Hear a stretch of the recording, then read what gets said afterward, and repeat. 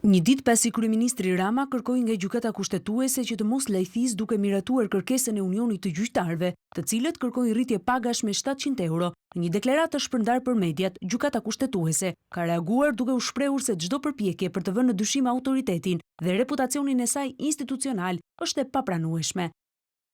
Gjykata kushtetuese siguron publikun dhe palët në proces se ajo është e pavarur në ushtrimin e funksionit të saj kushtetues dhe nuk ndikohet prej tyre në veprimtarinë ose vendimarrjen e saj. Gjykata kushtetuese gjen rastin të ritheksoj se vendimet e saj mund të jenë objekt kritikash. Megjithatë, është e papranueshme çdo formë ndikimi si kundër çdo përpjekje për të vënë në dyshim autoritetin dhe reputacionin e saj, qoftë edhe në dukje çka do të cënonte vetë parimet themelore të shtetit të së drejtës dhe atë të ndarjes dhe balancimit nëpërmjet pushteteve.